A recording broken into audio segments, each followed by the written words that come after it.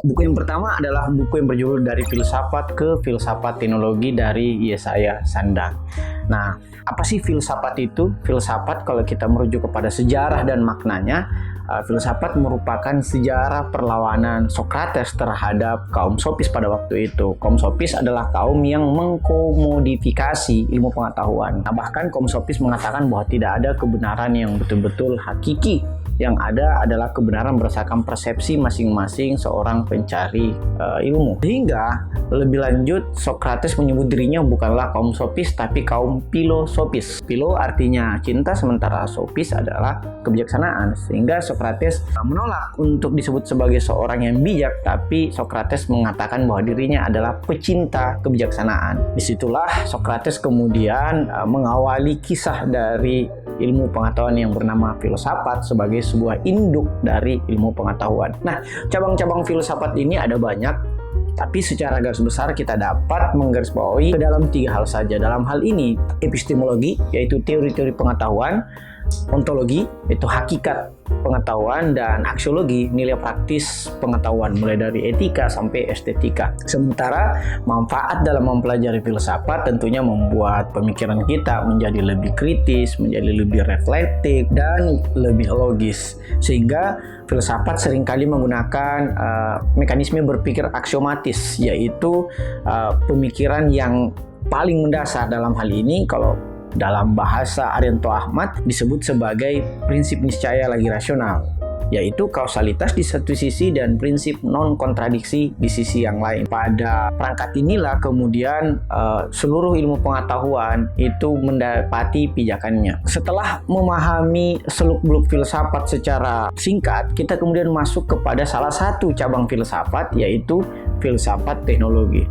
Nah, filsafat teknologi ini tentu membuat kita memikirkan kembali posisi dari teknologi itu sendiri, termasuk teknologi digital. Nah, apakah penggunaan teknologi kita sejauh ini sudah dilakukan secara kritis, sudah dilakukan secara reflektif, dan sudah dilakukan secara logis. Nah, misalnya kalau kita mau membagi ke dalam 3 cabang filsafat secara garis besar tadi, maka epistemologi dari teknologi itu membahas tentang mazhab-mazhab teknologi. Nanti kita akan bahas lebih jauh mulai dari teknofilia, teknofobia, sampai kepada cabang-cabang atau mazhab-mazhab pemikiran teknologi yang lain. Yang kedua, ketika kita berbicara tentang ontologi teknologi, maka kita akan berbicara mengenai hakikat dari teknologi itu sendiri. Apakah teknologi itu sesuatu yang sifatnya substansial atau sebenarnya sesuatu yang sifatnya aksidentasi semata.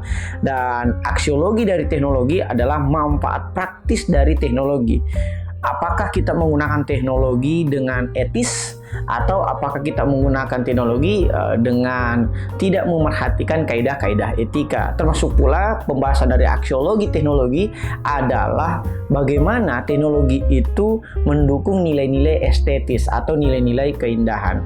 Sehingga seperti yang dijelaskan oleh Bro Safri di resensi Jembernet tadi, bahwa kita harus memerhatikan kecakapan digital, budaya digital, etika digital, itu semuanya kemudian membawa kita ke dalam sebuah cara berpikir digital yang betul-betul filosofis atau bijaksana.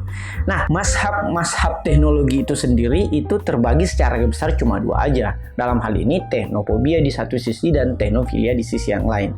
Nah, teknofobia itu singkatnya adalah mereka yang menolak kehadiran teknologi, termasuk teknologi digital tentunya. Nah, ini misalnya ditandai dengan gerakan Netloot dalam artian Ludite pada abad ke-19 ketika dia menolak revolusi industri dan kemudian ingin kembali ke masa agrikultur.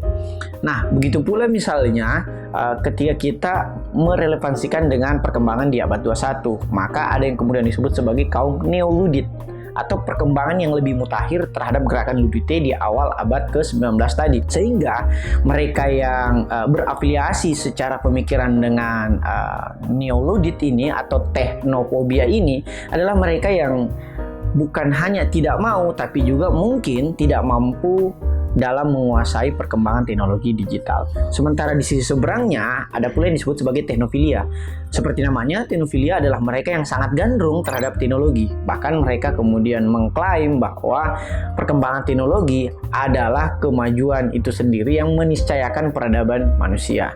Ini tentunya didukung oleh para taipan-taipan besar teknologi digital, misalnya mulai dari Bill Gates atau Mark Zuckerberg, pendiri Facebook, atau founder-founder dan venture kapitalis corporate digital lainnya seperti yang dijabarkan misalnya oleh Scott Galloway dalam bukunya yang berjudul The Four. Nah, tetapi apakah cukup jika kita mengkotak-kotakan mazhab teknologi digital ke dalam dua varian tersebut?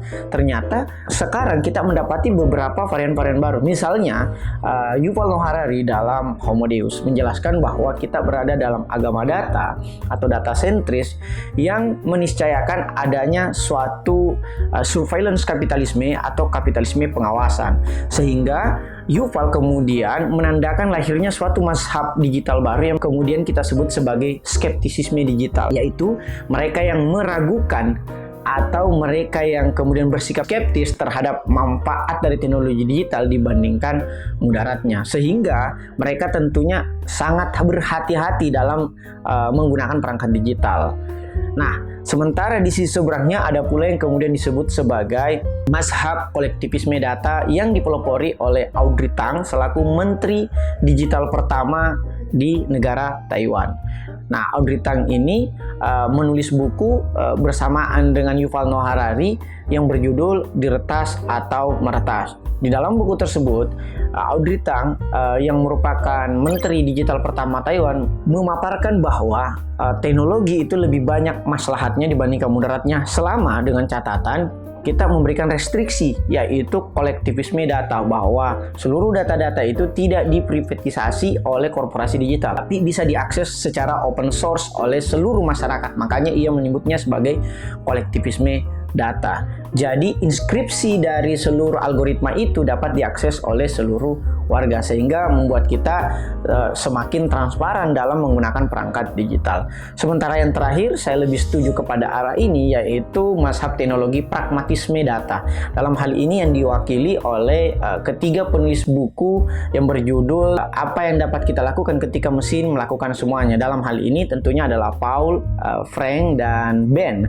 Ketiganya ini kemudian menggarisbawahi bahwa pragmatisme data adalah sebuah mazhab berpikir teknologi yang menyatakan bahwa teknologi itu, dalam hal ini teknologi digital tentunya, dapat membuat hidup kita menjadi lebih bermakna atau menjadi lebih progresif selama kita memanfaatkan secara bijak. Inilah yang kemudian ia sebut sebagai pragmatis, sehingga kita harus berpikir dan bertindak cerdas dalam menggunakan perangkat digital.